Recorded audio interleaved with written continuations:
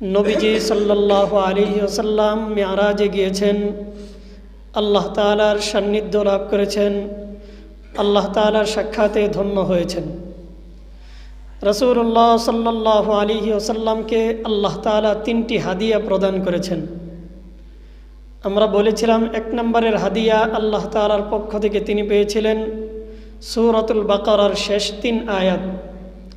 2 নম্বর হাদিয়া লাভ করেছিলেন আল্লাহ পাক রব্বুল আলামিনের পক্ষ থেকে এই ঘোষণা যে আপনি আপনার উম্মতদেরকে জানিয়ে দেবেন, তারা যত অপরাধ করুক না কেন, যত গুনাহ করুক না কেন, যখন আমি মাওলার কাছে তাদের গুনাহ এর বিষয়ে তওবা করবে, আমি তাদের জীবনের সব গুনাহ মাফ করে দিব। তবে শর্ত হলো তারা কোনো শিরিক করতে পারবে না, আমার সঙ্গে অন্য কাউকে অংশীদার করতে পারবে না। যদি শিরিক ছাড়া অন্য যে কোনো ধরনের গুনাহ করে, আমি আমার বান্দাদেরকে মাফ করে দিব, তারা যদি আমার কাছে তওবা করে। 3 নম্বর হাদিয়া প্রদান করেছিলেন আল্লাহ পাক রব্বুল আলামিন তার হাবিবকে বললেন যে এই নেন 50 ওয়াক্ত নামাজ আমি আপনার উম্মতের জন্য দান করলাম। আল্লাহর হাবিব সাল্লাল্লাহু আলাইহি ওয়াসাল্লাম সেখান থেকে 45 ওয়াক্ত আল্লাহ তাআলার কাছে গিয়ে কমিয়েছেন। পরিশেষে 5 ওয়াক্ত নামাজ নিয়ে রাসূল দুনিয়াতে এসেছেন এবং আল্লাহ তাআলা এই ঘোষণাও দিয়ে দিয়েছেন, যেই ব্যক্তি 5 ওয়াক্ত নামাজ সঠিকভাবে আদায় করবে, 50 ওয়াক্ত নামাজ আদায় করলে যেই পরিমাণ সওয়াব, যেই পরিমাণ নেকি, আমি তার আমল নামায় এই 50 ওয়াক্তের নেকি 5 ওয়াক্ত নামাজের মাধ্যমেই দান করব। তো রাসূল করিম সাল্লাল্লাহু আলাইহি ওয়াসাল্লাম আল্লাহ তাআলার পক্ষ থেকে হাদিয়া নিয়ে দুনিয়াতে চলে আসলেন। মেরাজের পরের দিন সকালবেলায় রাসূলুল্লাহ সাল্লাল্লাহু আলাইহি ওয়াসাল্লাম মসজিদে হারামের চত্বরে বসে আছেন। তেমত অবস্থায় রাসূলুল্লাহ সাল্লাল্লাহু আলাইহি ওয়াসাল্লামের কাছে আবু জেহেল আসলো। আবু জেহেল এসে জিজ্ঞাসা করতেছে, মুহাম্মদ কোনো খবর আছে নাকি? রাসূল সাল্লাল্লাহু আলাইহি ওয়াসাল্লাম বললেন, হ্যাঁ, অত্যন্ত গুরুত্বপূর্ণ একটা সংবাদ আছে। বলে, কি সংবাদ? আল্লাহর হাবিব সাল্লাল্লাহু আলাইহি ওয়াসাল্লাম বলতেছেন, গতকাল রাত্রে আমার সঙ্গে কি হয়েছে জানো? আমি গতকাল রাত্রে মসজিদে হারাম থেকে বাইতুল মুকদ্দাস গিয়েছি, আবার বাইতুল মুকদ্দাস থেকে ঊর্ধ্ব জগতে গিয়ে আল্লাহ তাআলার সঙ্গে সাক্ষাৎ করেছি। এমনিতেই তো আবু জেহেল যেগুলো আকলি বিষয়, মেধা, আকল, যেই বিষয়গুলোকে খুব সহজে আকলের মধ্যে বোধগম্য হয়, এই বিষয়গুলোই আবু জেহেল মানতে রাজি না। যেগুলো স্বাভাবিকভাবেই চিন্তা করলে দেখা যায় হ্যাঁ এটা সত্য। আল্লাহর রাসূল এমন সত্য দিন, সত্য বাণী আবু জেহেলের সামনে পেশ করেছে, আবু জেহেল মানতে রাজি হয় নাই। ওই জায়গার মধ্যে এমন একটা অবাক করা কথা বলেছেন, অস্বাভাবিক একটা কথা বলেছেন যে মসজিদে হারাম থেকে বাইতুল মুকদ্দাস গিয়েছেন, আবার বাইতুল মুকদ্দাস থেকে ঊর্ধ্ব জগতে গিয়েছেন সপ্ত আসমান পাড়ি দিয়ে।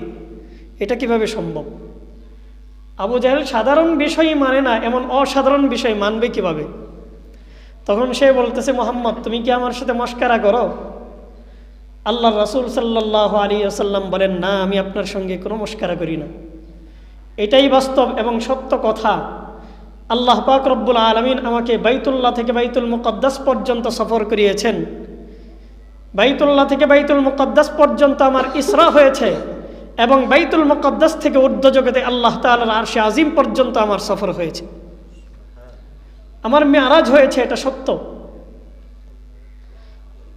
আবু জেহেল এবার বলে, আচ্ছা আমার কাছে যে এই কথাটা তুমি বলতেছো, এখন যদি আমি সমস্ত মক্কা মুকাররমার সমস্ত গোত্রের লোকদেরকে যদি এখানে জড়ো করি, একত্রিত করি, সবাইকে যদি ডাকি, সবাই আসে, তাহলে সবার সামনে কি তুমি এই কথাটা বলতে পারবা?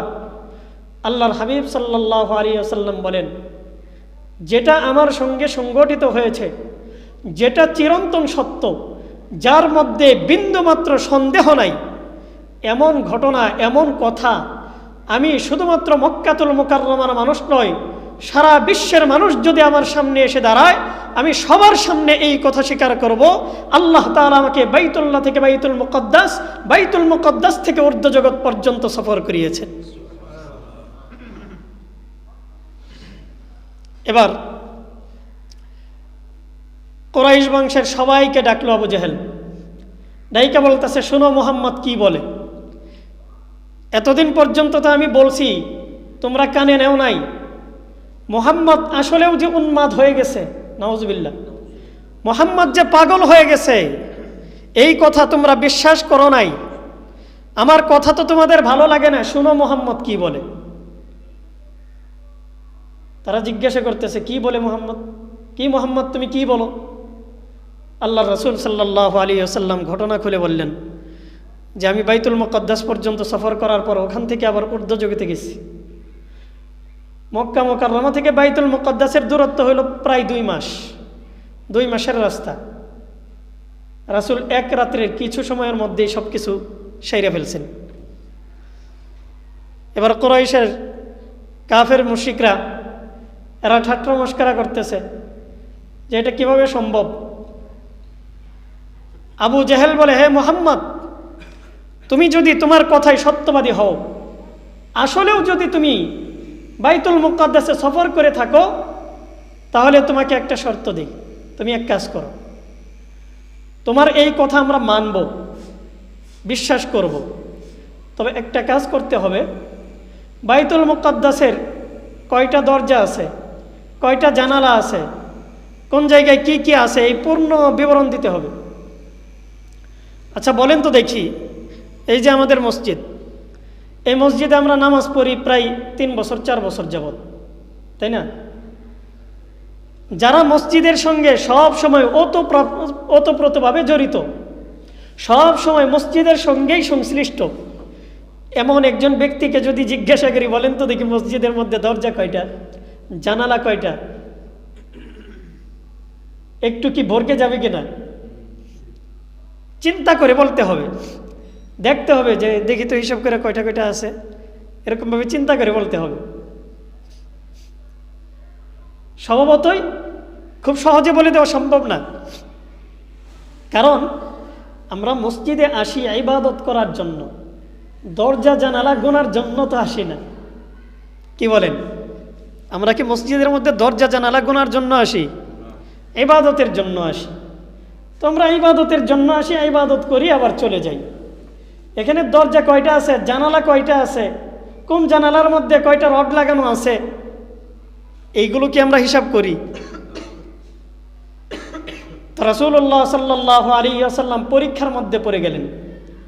আল্লাহ তাআলার কাছে তিনি প্রার্থনা করলেন, আয় আল্লাহ, আমি যে ইসরা করেছি, মেরাজ হয়েছে, এটা তো বাস্তব সত্য, কিন্তু আল্লাহ মসজিদুল আকসার কয়টা দরজা আছে, কয়টা জানালা আছে, আমি তো এগুলোর হিসাব করি নাই। আয় আল্লাহ, কাফের মুশরিকদের সামনে আপনি আমাকে লাঞ্ছিত করিয়েন না, আপনি আমার সামনে এই পরীক্ষা যেন আমি উত্তীর্ণ হয়ে যেতে পারি, আমার সামনে একটা নমুনা পেশ করুন। আল্লাহ পাক রব্বুল আলামিন জিবরাইল আলাইহিস সালাতু ওয়াস সালামকে বললেন, জিবরাইল, মসজিদুল আকসার একটা চিত্র আমার হাবিবের সামনে তুলে ধরো। সুবহানাল্লাহ। রাসূলুল্লাহ সাল্লাল্লাহু আলাইহি ওয়াসাল্লামের সামনে মসজিদে হারামের চিত্র, মসজিদুল আকসার চিত্র তুলে ধরা হলো। বাইতুল মুকদ্দাসের কয়টা জানালা আছে, রাসূল সাল্লাল্লাহু আলাইহি ওয়াসাল্লাম এই চিত্র দেখে দেখে হিসাব করে করে বলে দিলেন যে এতটা জানালা আছে, এতটা দরজা আছে, ওইখানে এরকম একটা জায়গা আছে, এমন এমন কিছু চিহ্ন আছে, ওই জায়গায় এই নিদর্শন আছে।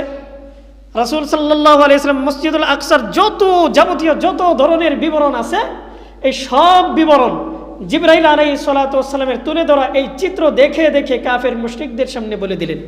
সুবহানাল্লাহ। রাসূল বলে দিয়েছেন। এখন আবু জেহেল এমনিই তো রক্তের একটা লোক, যার কপালের মধ্যে হেদায়েতের নূর নাই, যার কপালে হেদায়েত আসবে না, আপনি যতই তাকে ওয়াজ করেন, নসিহত করেন, কোনো কাজ হবে না। যে কোরআনের আইন মেনে চলবে না, কোরআন অনুযায়ী যার জীবন পরিচালনা করার বিন্দুমাত্র চিন্তাধারা যার ভিতর থাকবে না, ওই ব্যক্তিকে আপনি যতই কোরআনের জ্ঞান দেন, কোরআনের ব্যাপারে তাকে যতই তাত্ত্বিক কথাবার্তা শোনান কোনো কাজ হবে না, এই ব্যক্তি কোরআনের ইলম গ্রহণ করবে না। এটাই মানুষের নেচার। তো রাসূল সাল্লাল্লাহু আলাইহি ওয়াসাল্লাম যখন পূর্ণ বিবরণ তুলে ধরলেন, আবু জেহেলের আগের কথা ছিল যে তুমি যদি তুলে ধরতে পারো তাহলে আমরা ঈমান আনব। এখন সে পল্টি নিছে, কারণ না মোহাম্মদ তুমি মনে হয় এই জায়গার মধ্যে কিছু একটা টেকনিক খাটাইছো, মনে হয় আগে পরে কিছু একটা জানছো বাইতুল মুকাদ্দাস সম্পর্কে, যে এরকম এরকম বাইতুল মুকাদ্দাসের বিবরণ, এইগুলো জানলে মনে হয় তুমি মুখস্থের উপর সব কিছু বলছো। বলে নাউজুবিল্লাহ, মানে সে ঈমান আনবে না এক কথা। এবার রাসূলুল্লাহ সাল্লাল্লাহু আলাইহি ওয়াসাল্লাম তাদেরকে আরও একটা কথা বললেন যে শোনো, তোমাদের দুইটা দল, দুইটা বাহিনী, দুইটা কাফেলা, তারা শামে গেছে ব্যবসার উদ্দেশ্যে। তো তারা ব্যবসার উদ্দেশ্যে গেছে এবং আমি আসার পথে তাদেরকে দেখছি, তাদেরকে রাস্তার মধ্যে ওভারটেক করে চলে আসছি, আমি দেখে আসছি তাদেরকে, তারা মক্কার দিকে আসতেছে। এখন ব্যবসার কাজ শেষ করে তারা মক্কায় কি করতেছে? আসতেছে। তো ওদেরকে আমি দেখে আসছি। এবং রাসূল এই কথাও বললেন যে আনুমানিক যতটুকু দূরত্বে তাদেরকে দেখে আসছি, অমুক দিন সূর্য ডুবার আগে এই দুইটা কাফেলা মক্কাতুল মুকাররমায় চলে আসবে। রাসূল এই কথা বললেন এবং এটাও বললেন যে ওই কাফেলার মধ্যে একটা কাফেলার একটা উট হারিয়ে গেছে, একটা উট কিংবা ঘোড়া হারিয়ে গেছে, তারা ওই উট কিংবা ঘোড়া খুঁজতেছে, এরকম আমি দেখছি। এবং আরও একটা কাফেলা, তাদের উটের পিঠের মধ্যে পানির হাউদার পিঠে পানি ছিল, হাউদার মধ্যে কি ছিল? পানি ছিল, ওখান থেকে আমি একটু পানি পান করেছি। রাসূল বলতেছেন তাদের ওখান থেকে আমি কিছু পানি পান করেছি রাস্তার মধ্যে। যদি বিশ্বাস না হয় তাহলে তাদেরকে জিজ্ঞাসা করে আসার পর যে আসলেও কি তাদের হাউদার মধ্যে যে পানি ছিল এখান থেকে যে আমি পানি পান করছি এটা সত্য কিনা। তারা আমাকে দেখে নাই, আমি তাদেরকে দেখছি। আর যেহেতু অন্ধকার ছিল আমি ওইভাবে সবাইকে চিনতে পারি নাই, কোন কাফেলার মধ্যে কে কে আছে এগুলো আমি চিনতে পারি নাই। বাকি তারা আমাকে দেখে নাই, আমি তাদেরকে দেখছি।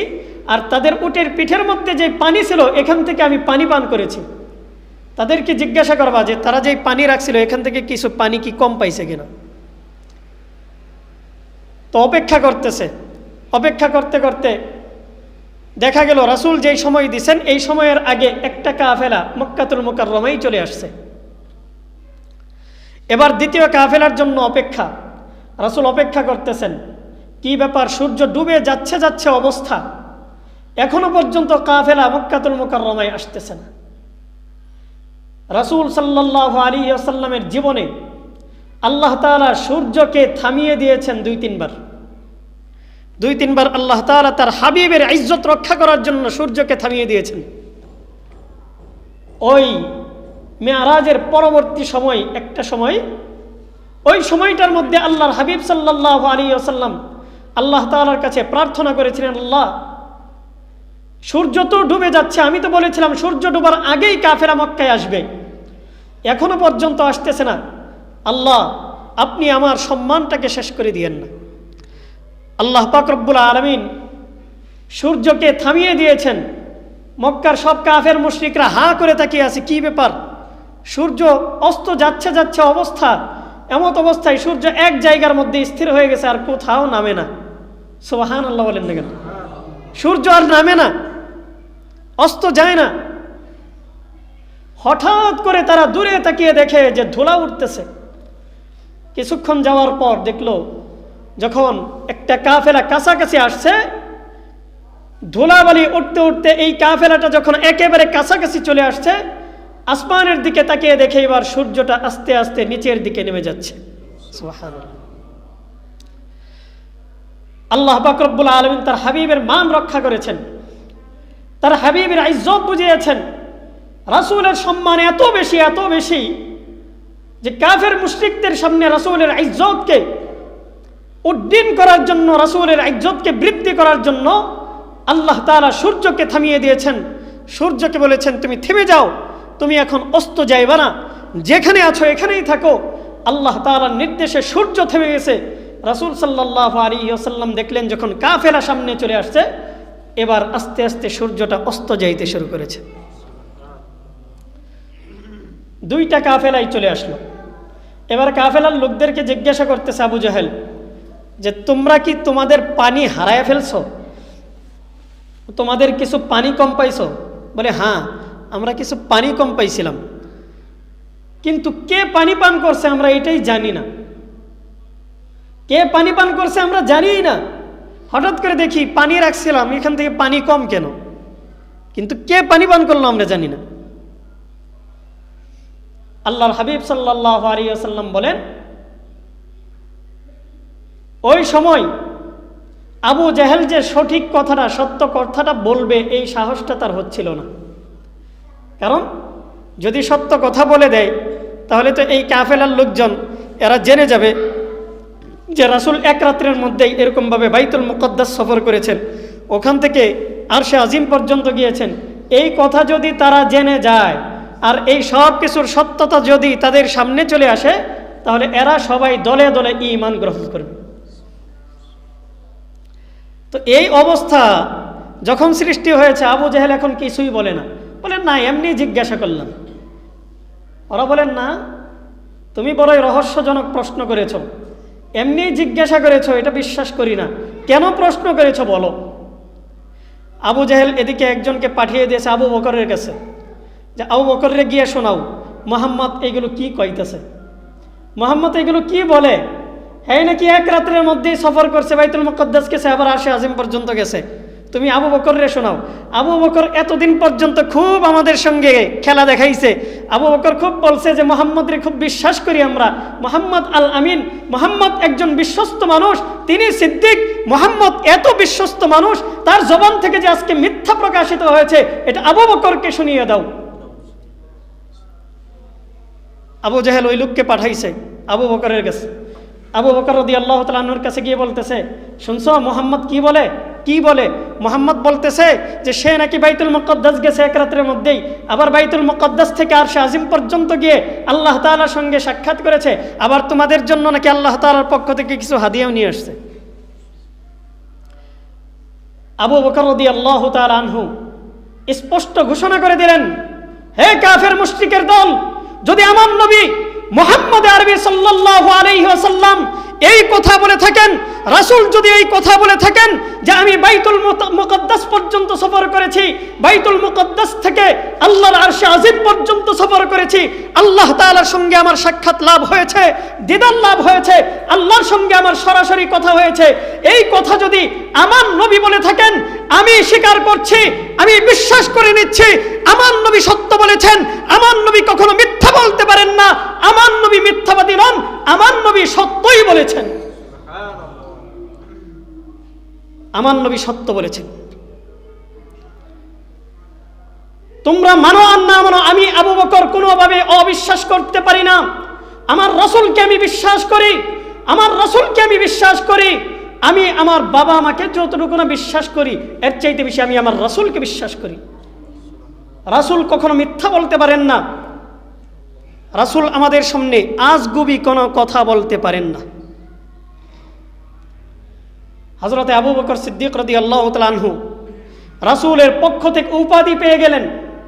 রাসূল বলে দিলেন আবু বকর হুয়া সিদ্দিক, আবু বকর হচ্ছেন একজন সত্যবাদী ব্যক্তি, যে আমার এই কথা শোনার পরেও সে সঙ্গে সঙ্গে কাফেরের উপর কাউন্টার দিয়ে বলেছে আমি আল্লাহর রাসূলকে এমনভাবে বিশ্বাস করি, এই যেই রকমভাবে বিশ্বাস করি এই রকমভাবে আমি আমার বাবা মাকেও বিশ্বাস করি না। রাসূল অবশ্যই সত্য বলেছেন। হযরতে আবু বকর সিদ্দিক রাদিয়াল্লাহু তাআলা আনহু এই কথার সত্যায়ন করেছেন। তো এবার আবু জাহেল ওই কাফেলাকে বলতে রাজি না যে কেন সে এই প্রশ্ন করেছে। কাফেলার লোকজন বলতেছে না, তোমার কথার মধ্যে রহস্য আছে। রাসূলুল্লাহ সাল্লাল্লাহু আলাইহি ওয়াসাল্লাম সবার সামনে দ্ব্যর্থহীন কণ্ঠে ঘোষণা করলেন, আমি বাইতুল্লাহ থেকে বাইতুল মুকদ্দাস পর্যন্ত, বাইতুল মুকদ্দাস থেকে আল্লাহর আরশে আজিম পর্যন্ত সফর করেছি। আল্লাহ পাক রব্বুল আলামিন আমাকে সফর করিয়েছেন। আর আমার সফরটা এত দ্রুতগামী ছিল যেটা তোমরা বিশ্বাসও করতে পারবে না। আমি এমন জন্তুর পিঠে চড়ে সফর করেছি যেই জন্তুর চোখের নজর যতদূর পর্যন্ত যায়, তার এক কদম থেকে এখানে আরেক কদম থেকে তার নজর যতদূর যায় ততদূর পর্যন্ত। আমাকে আল্লাহ তাআলা এমন একটা সফরের দৌলত দান করেছেন, এত বড় একটা নিয়ামত আল্লাহ তাআলা আমাকে দান করেছেন।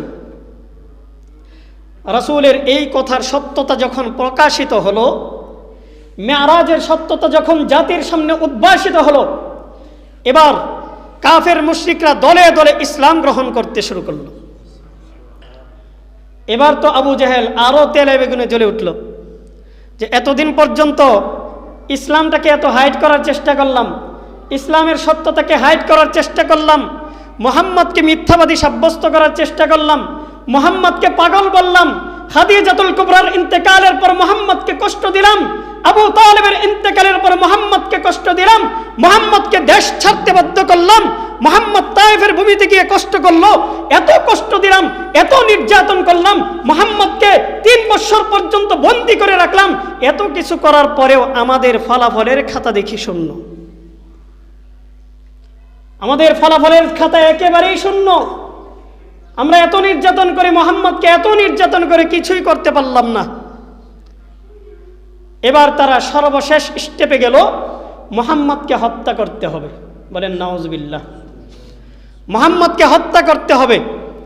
রাসূলুল্লাহ সাল্লাল্লাহু আলাইহি ওয়াসাল্লামকে হত্যা করার জন্য তারা যুবকদেরকে লিলিয়ে দিল। নবুয়তের 13তম বৎসর রাসূল সাল্লাল্লাহু আলাইহি ওয়াসাল্লামকে হত্যা করার জন্য রাসূলের বাড়ি ঘেরাও হয়ে গেছে। আল্লাহ পাক রব্বুল আলামিন তার হাবিবকে এখান থেকেও হেফাজত করেছেন, এখান থেকে রক্ষা করে তার হাবিবকে সোজা বলেছেন, ইয়া রাসূলুল্লাহ, আপনি সোজা মদিনাতুল মুনাওয়ারায় চলে যান, ওখানে আপনার জন্য আনসাররা অপেক্ষা করতেছেন, ওখানে চলে যান, তাদের মধ্যে দ্বীনের দাওয়াত পেশ করুন, তারা দেখবেন দলে দলে ঈমান গ্রহণ করবে। আল্লাহর হাবিব সাল্লাল্লাহু আলাইহি ওয়াসাল্লাম নিজ মাতৃভূমি মক্কাতুল মুকাররমা ছেড়ে মদিনাতুল মুনাওয়ারায় যাওয়া লাগলো। মদিনাতুল মুনাওয়ারার আগ পর্যন্ত রাসূলুল্লাহ সাল্লাল্লাহু আলাইহি ওয়াসাল্লামের হিজরত করার প্রয়োজন দেখা দিল। তো এই ঈমানকে বাঁচানোর জন্য, কোরআনের হেফাজতের জন্য, দ্বীনের হেফাজতের জন্য আল্লাহর হাবিব সাল্লাল্লাহু আলাইহি ওয়াসাল্লাম এত কুরবানি দিয়েছেন, এত কষ্ট করেছেন, এত শ্রম দিয়েছেন, এত রক্ত ঘাম ঝরিয়েছেন, এত কষ্ট এবং মুজাহাদা করেছেন। রাসূলুল্লাহ সাল্লাল্লাহু আলাইহি ওয়াসাল্লাম পরিশেষে নিজের দেশ মক্কাতুল মুকাররমা ছেড়ে মদিনাতুল মুনাওয়ারায় হিজরত করলেন। রাসূল এত কষ্ট করলেন, এত মর্যাদাপূর্ণ একজন ব্যক্তি, আল্লাহ তাআলা দুনিয়া সৃষ্টির পর থেকে নিয়ে অদ্যাবধি রাসূলুল্লাহ সাল্লাল্লাহু আলাইহি ওয়াসাল্লামের চাইতে শ্রেষ্ঠ কোনো মাখলুক দুনিয়ার মধ্যে প্রেরণ করেন নাই। কথা বলেন ঠিক কি ঠিক না? রাসূল হচ্ছেন সর্বশ্রেষ্ঠ। আপনি ফেরেশতাকুল বলেন, আপনি অন্য সমস্ত মাখলুকাত বলেন, সমস্ত মাখলুকাতের মধ্যে সর্বশ্রেষ্ঠ যিনি, তিনি হলেন কে? জুড়ে বলেন, তিনি কে? আমাদের নবীর নাম কি? আমাদের নবী হচ্ছেন সর্বশ্রেষ্ঠ। এই সর্বশ্রেষ্ঠ নবীকে আল্লাহ তাআলা এত কষ্ট দিয়েছেন শুধুমাত্র এই দ্বীনের হেফাজতের জন্য, এই দ্বীনকে সংরক্ষণ করার জন্য, দ্বীনকে টিকিয়ে রাখার জন্য, সঠিক দ্বীনটাকে সারা দুনিয়াব্যাপী ছড়িয়ে দেওয়ার জন্য আল্লাহ তাআলা তার হাবিবকে এত কষ্ট দিয়েছেন। হাবিব এত কষ্ট করেছেন, দ্বীনের জন্য রাসূল এত মেহনত করেছেন, এত মুজাহাদা করেছেন, এত কষ্ট করেছেন। এবং রাসূল ঘোষণা দিয়ে দিলেন যে আমার পর এই দ্বীনের হেফাজতের দায়িত্ব আমি যাদের কাঁধে দিয়ে গেলাম তারা হচ্ছেন এই জাতির বিবেক, এই জাতির সর্বশ্রেষ্ঠ উম্মত, আমার সর্বশ্রেষ্ঠ উম্মত, তারা হচ্ছেন হযরতে উলামায়ে কেরাম। উলামায়ে কেরামের কাঁধে আল্লাহর হাবিব সাল্লাল্লাহু আলাইহি ওয়াসাল্লাম এই দ্বীনের হেফাজতের দায়িত্ব ভার অর্পণ করে গেলেন। রাসূল বলে দিলেন, আল উলামা ওয়ারাসাতুল আম্বিয়া, উলামায়ে কেরাম হচ্ছেন আম্বিয়া কেরামের ওয়ারিস। সমস্ত আম্বিয়া কেরামের ওয়ারিস হচ্ছেন উলামায়ে কেরাম। নবীদের যেই দায়িত্ব ছিল এই উম্মতের হেদায়েতের পথ দেখানো, উম্মতকে সঠিক দিক নির্দেশনা প্রদান করা, কোরআন সুন্নাহর সঠিক কথাগুলো উম্মতকে বোঝানো, উম্মতের কাছে সঠিক কথাগুলো পৌঁছে দেওয়া, এগুলো ছিল নবীগণের দায়িত্ব।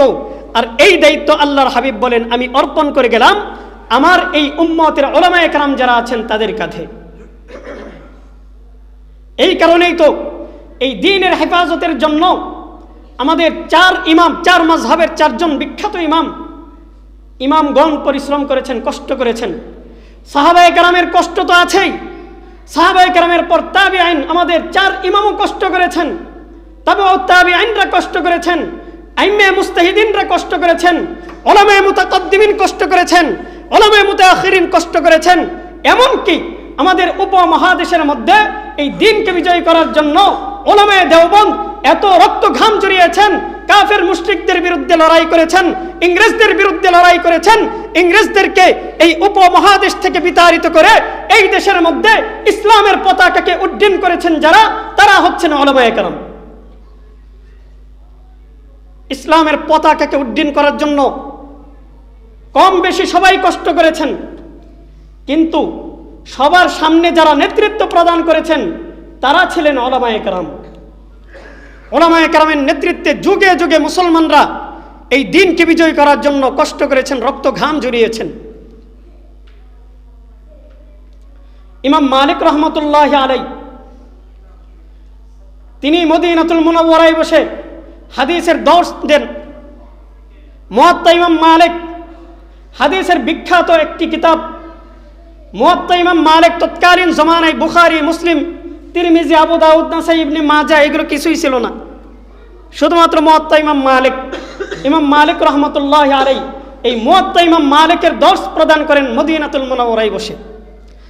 তার সামনে হাজার হাজার ছাত্র, 10,000 ছাত্র ইমাম মালিক রহমতুল্লাহি আলাইহির দর্সে বসে হাদিসের দর্স লাভ করেন, হাদিসের ইলম অর্জন করেন। ইমাম মালিক রহমতুল্লাহি আলাইহি তার জমানার, তৎকালীন জমানার রাজা বাদশাদের মাধ্যমে নির্যাতিত হয়েছেন, নিগৃহীত হয়েছেন, তিনি তার দেশ ছাড়তে বাধ্য হয়েছেন। ইমামুল আজম ইমাম আবু হানিফা রহমতুল্লাহি আলাইহি তিনি তো তার জমানার বাদশার দ্বারা এতটাই নির্যাতনের শিকার হয়েছেন, তার জমানার বাদশা ইমাম আবু হানিফা রহমতুল্লাহি আলাইহিকে জেলের মধ্যে আবদ্ধ করে রাখলো। সঠিক কথা বলতে পারবা না, যদি দ্বীনের কথা বলো তাহলে আমাদের রাজা বাদশাদের বিরুদ্ধে চলে যায়। আমরা আকাম কুকাম করতে পারি না, চুরি চামারি করতে পারি না, খুন খারাপি করতে পারি না, আমরা অন্যের মাল আত্মসাৎ করতে পারি না, আমরা গরিবের মাল খাইতে পারি না, এতিমের মাল ভক্ষণ করতে পারি না। তুমি যদি কোরআন সুন্নাহর সঠিক কথা বলো তাহলে অন্যের মাল ভোগ করার মতো কোনো অবস্থা আমাদের থাকে না, এই কারণে তুমি কোরআন সুন্নাহর সঠিক কথা বলতে পারবা না। ইমাম আবু হানিফা রহমতুল্লাহি আলাইহি বললেন, আমার জীবন চলে যাবে, আমি আমার জীবনের শেষ মুহূর্ত পর্যন্ত তোমাদের বিরুদ্ধে লড়ে যাব, আমি অন্যায়ের বিরুদ্ধে কথা বলতে বিন্দুমাত্র কুণ্ঠাবোধ করব না। ইমামে আজম আবু হানিফা রহমতুল্লাহি আলাইহি বললেন, আমাকে যতই কষ্ট দাও, আমাকে যতই জেল জুলুম করো, আমাকে যতই জেলের মধ্যে আবদ্ধ করে রাখো, আমার এই জবানকে কোনোভাবেই বন্ধ করে রাখা তোমাদের পক্ষে পসিবল হবে না, সম্ভব হবে না। আমি আমার জবানকে বন্ধ করব না, কোরআনের আইনের বিষয়ে আমি কথা বলবো, কোরআন সুন্নাহর ব্যাপারে আমি সঠিক কথা জাতির সামনে তুলে ধরব।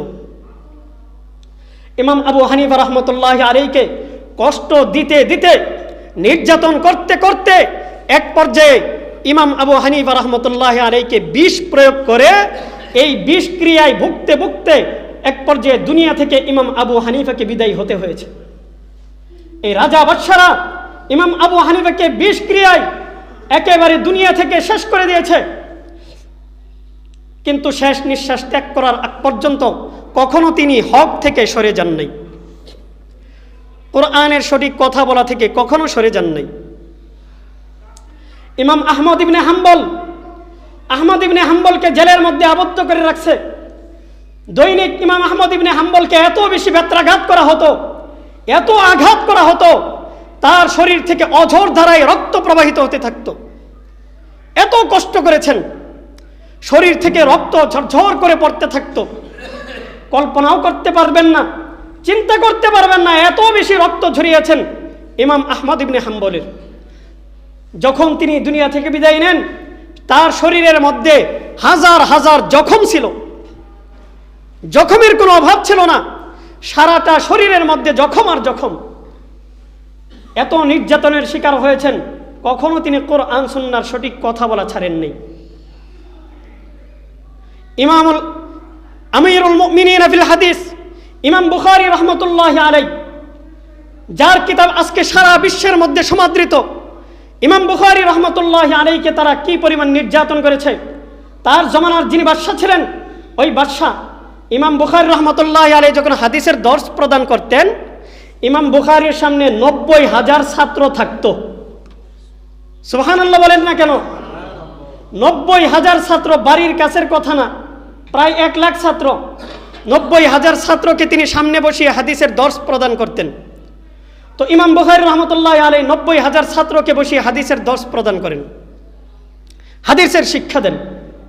এটা দেখার পর তার জমানার যেই বাদশাহ, ওই জালেম বাদশাহ, সে তেলে বেগুনে জ্বলে উঠছে যে আমি বাদশাহ হওয়া সত্ত্বেও আমি যখন আমার রাষ্ট্রের মধ্যে ঘোষণা করি, এই ঘোষণা করার পরেও এত মানুষ খুঁজে পাই না, আমি টাকা দিয়েও মানুষ খুঁজে পাই না। আর ইমাম বুখারী সে শুধুমাত্র হাদিসের কিতাবটা নিয়ে, বুখারী শরীফটাকে সামনে নিয়ে যখন বসে যায়, তখন তার সামনে 90,000 ছাত্র দলে দলে চলে আসে। কিসের টানে আসে বলেন? কিসের টানে? এত ছাত্র কিসের টানে আসে? কোরআনের টানে আসে, হাদিসের টানে আসে। নবীর কথা শুনবে, নবীর হাদিস শুনবে, এই টানেই তারা আসে। ইমাম বুখারী রাহমাতুল্লাহি আলাইহিকে বাদশা বলতেছে,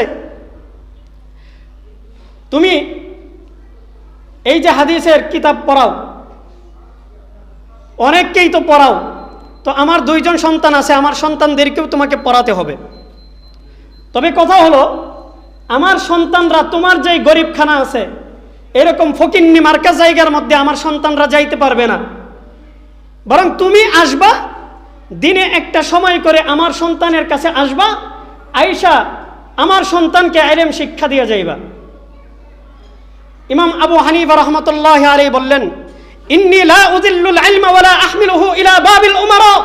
হে আমিরুল মুমিনিন, হে বাদশা, তুমি জেনে রাখো, আমার ইলম এত কম মর্যাদার নয়, এত সম্মানহীন নয়। আমার ইলম দেওয়ার জন্য আমি তোমার দরবারে আসব, আর আমার ইলম নেওয়ার জন্য তোমার সন্তানকে আমার দরবারে পাঠাইতে পারবে না। আমার ইলম এত মূল্যহীন না। তুমি আমার কাছে তোমার সন্তানকে পাঠাইবা, আমি পারবো না তোমার কাছে আসতে। অন্য হাজার হাজার মানুষ যদি আমার এই মাটির চাটাইয়ের উপর বসে, মাটির উপর বসে যদি ইলম নিতে পারে, তাহলে তোমার সন্তানরা কেন পারবে না? তোমার সন্তানরা কোন আকাশের চন্দ্র হয়ে গেছে, কিসের নক্ষত্র হয়ে গেছে? তোমার সন্তানরা কেন পারবে না? যদি অন্য সব মানুষেরা পারে, তাহলে তোমার সন্তানদেরকেও পারতে হবে। ইমাম বুখারী রাহমাতুল্লাহি আলাইহি স্পষ্ট কথা জানিয়ে দিলেন। ইমাম বুখারী রাহমাতুল্লাহি আলাইহি যখন এই কথা জানালেন, তখন বাদশা তার উপর নির্যাতন শুরু করলো। নির্যাতন করতে করতে, শারীরিক প্রহার করতে করতে এমন আহত করেছে, এক পর্যায়ে ইমাম বুখারী রাহমাতুল্লাহি আলাইহি তার বুখারা ছেড়ে তিনি সফর করতে বাধ্য হয়েছেন, হিজরত করতে বাধ্য হয়েছেন।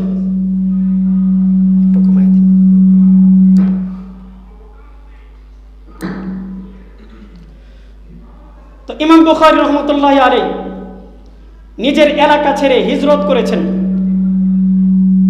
শুধুমাত্র ইলমের হেফাজতের জন্য, এই দ্বীনের হেফাজতের জন্য, দ্বীনকে উদ্দীন করার জন্য, এই দ্বীনের মর্যাদাকে বুলন্দ করার জন্য। তো যুগে যুগে উলামায়ে কেরাম এরকম কষ্ট করেছেন, মুজাহাদা করেছেন শুধুমাত্র এই দ্বীনের হেফাজতের জন্য। আমাদের এই নিকটতম আকাবির 200 বৎসরের ঘটনা, ইংরেজদের আমলে শাইখুল হিন্দ মাহমুদ হাসান দেওবন্দি রাহমাতুল্লাহি আলাইহি, দারুল উলুম দেওবন্দের প্রথম ছাত্র মাহমুদ হাসান দেওবন্দি রাহমাতুল্লাহি আলাইহি, তাকে কি পরিমাণ কষ্ট করতে হয়েছে। হোসেন আহমদ মাদানী রাহমাতুল্লাহি আলাইহি, তার সন্তানরা এখনো পর্যন্ত জীবিত আছেন। আল্লামা আরশাদ মাদানী বর্তমানে বাংলাদেশেই আছেন, তিনি বাংলাদেশ সফরে আছেন। গতকাল বারিদারা মাদ্রাসায় তিনি খতমে বুখারী করেছেন।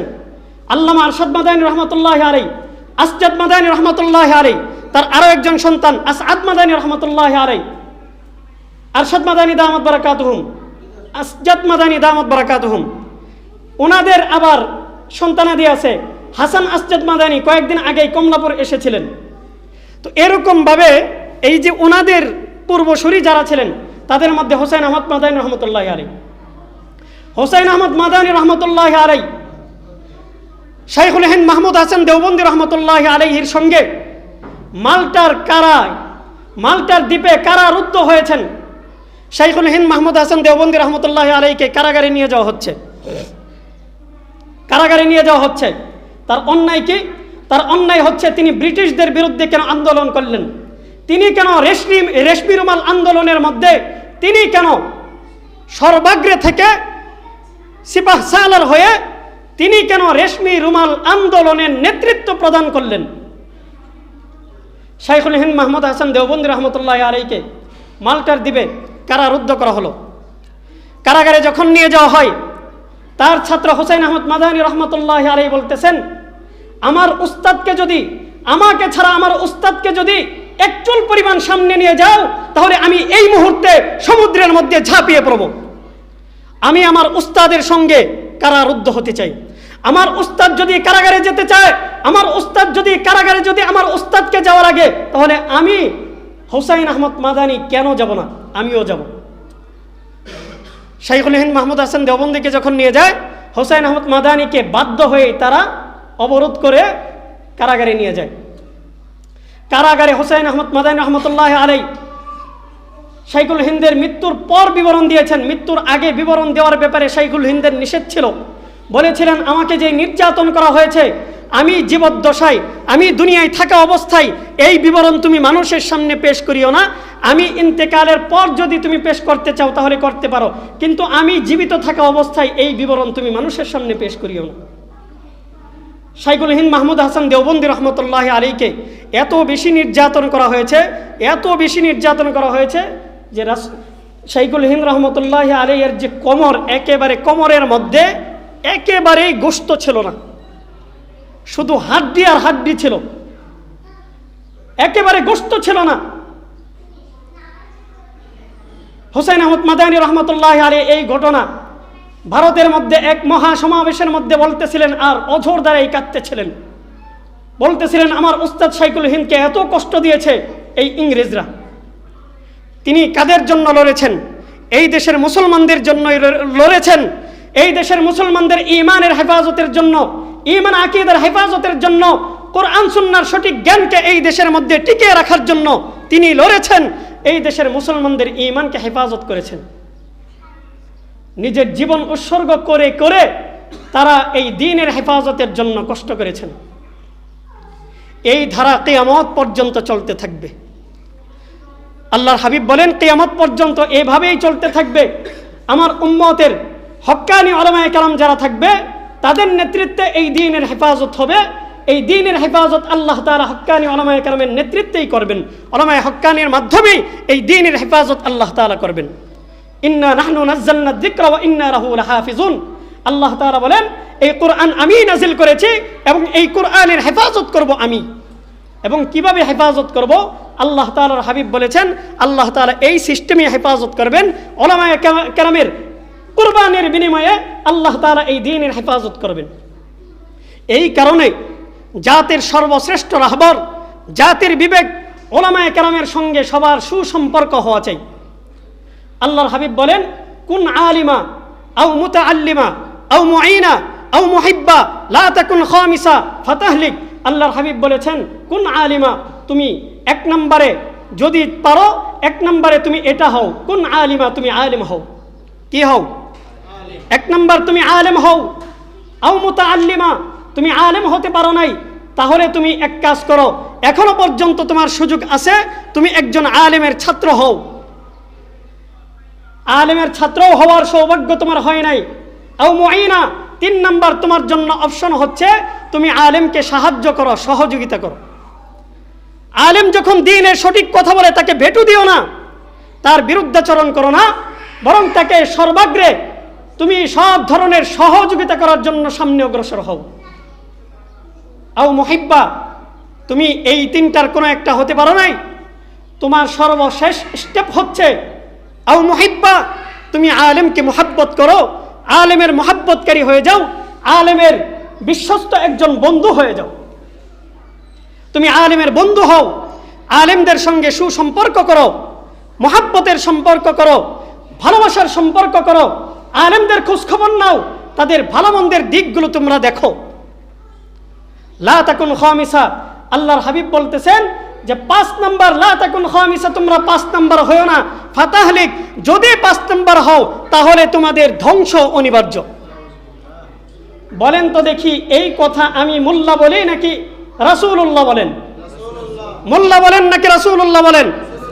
রাসূলুল্লাহ সাল্লাল্লাহু আলাইহি ওয়াসাল্লাম বলেছেন, আলেমের সঙ্গে তোমাদের এই 4 ধরনের সম্পর্ক হতে হবে।